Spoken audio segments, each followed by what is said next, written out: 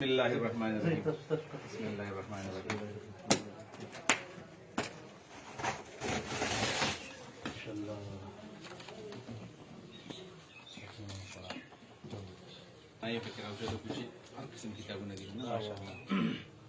بسم الله الرحمن الرحیم. خوږو کتونکو سامعینو ناظرینو، زه دا وخت د خپل ورور برادر مکرم حضرت مولانا مفتی مجیب الرحمن سے په معیت کې د خپل خوږ شاګرد او د خپل ملګري او د ورور بلکې د دوانو ورونو نومونه خو یو شانتي دي، مولانا اسحاق او مولانا غلام اسحاق. او د مولانا غلام اسحاق صاحب مکتبه ده او د دې نن اوپننګ دی، آغاز دی او زمونږ د ګناهګارو په لاسو باندې هغې افتتاح وکړه. الله زمونږ دپاره ساده ذریعه وګرځوي او الله دې د خیر ذریعه وګرځوي. دا مکتبه حقیقت کې دا روزګار نه دی بلکې دا میشن دی. او مولانا اسحاق صاحب او د هغوی مشران او دا ملګري هغوی دا وایي چې موږ په دې علاقه کې بنیادي طور باندې د خلکو سوچ او فکر جوړول غواړو. نو کوم چې د دیني مدارسو طالبات دي یا طالبان دي، د هغوی دپاره هم دا یو مرجع وي. دلته به راځي او هغوی ته به کتابونه میلاویږي، د نحو میر نه واله د بخاري پورې څومره کتابونه د هغې شروحات به انشاءالله میلاویږي په عربۍ ژبه کې، په اردو ژبه کې، په پښتو ژبه کې.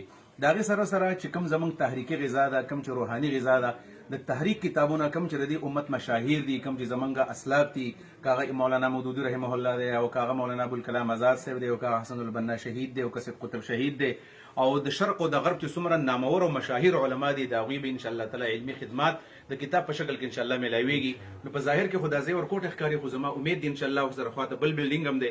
دا د مونډه په خاوره باندې یو ډېر لوی علمي ګران قدر خدمت دی. او مونډه بلامبټ هم تقریبا په 20 کیلومتر کې دی. انشاءالله تعالی اکسیسیبل ځای دی، د ته رسایي په اسانه باندې ده. او زمونږ امید دی دا به د خیر ذریعه ګرځي. او انشاءالله زمونږ چې څومره تعاون کېږي، زمونږ کوم ځای ته رسایي ده، کوم ځای کې ښه کتاب دی، دې ته به نشاندهي کوو او دې به راځي او دې به هغه ځای الي. د هغې سره زما په نظر پکې رالل چې دې سره ښه برابر ماشاءالله دې سره شهد هم ښه صحیح میلاویږي، دې سره عطر هم میلاویږي، دې سره سوچه غوړي میلاویږي. نو کم خلک چې د شهدو شوق کوي، څوک چې د غوړو شوق کوي، څوک چې د دې سره سره د عطر شوق کوي، هغوی ته به هم انشاءالله تعالی ټوپۍ په دې کې ده. یعنې یو کامل سوچ او فکر دی. رومیال ورسره دی، سور رومیال دی، سپین رومیال دی، هر قسم رومیال دی انشاءالله تعالی. دا د طالبانو د طالباتو او د عوام الناس به مرجع انشاءالله تعالی. زما امید دی چې په دې کې به الله تعالی خیر اچوي او دعا ورته کوو چې الله رب العالمین په دې مکتبه کې د دې علاقې دپاره، د دې وطن دپاره، د دې ټولې ضلعې دپاره خیر وګرځوي. دې وخت کې مفتي صاحب موجود دی، هغه خپل پیغام کوي. بسم الله الرحمن الرحیم. زما رور او یو ډېر لوی علمي سرمایه د تحریک اسلامي مولانا ډاکټر عنایت الله اصلاحي صاحب تاسو ته پیغام درکړم. زه مختصر تاسو ته دا خبر وایم چې مولانا غلام اسحاق صاحب زموږ ملګری هم دی، زموږ په جامعه مفتاح العلوم مصابات کې مدرس هم دی. مولانا محمد اسحاق صاحب د لنډۍ شاه په مدرسه کې مدرس دی او د خوړونو چې دا کومه بهترینه اداره ده نو دا ډېر ذمه دار دی. دا ښه ذمه داران افراد دي. انشاءالله العزیز دلته تحریکي کتابونه میلاویږي، دلته علمي کتابونه میلاویږي او دلته هر قسم کتابونه چې کوم دی نو هغه تاسو ته د مدارسو میلاویدی شي. نو د خاص کر د جندل علما، طالب علمان او د مدارسو ذمه داران او دغه شان د باجوړ او سره د میدان او د دې خواوشا مضافات علاقو هغوی ته زما دا درخواست دی چې انشاءالله دلته به ستاسو علمي ضرورت پوره کیږي او د درس سره سره دا کار هم کوي. نو زه خپلو مرګرو له علماو له دا پیغام ورکوم چې د درس او تدریس سره خپل کاروبار چې دی نو دا بهترین او دا زموږ د اسلافو چې کوم دی نو د هغې یو شیوه ده. د امام ابو حنیفه رحمت الله علیه د علم سره سره د هغه د کپړې ښایسته کاروبار او بهترین کاروبار وي. نو زه وایم چې د علما مستحکمي مالي طور نو انشاءالله العزیز بیا به مسله په حق او په ډاډ او ښه په ښکاره باندې بیانولی شي.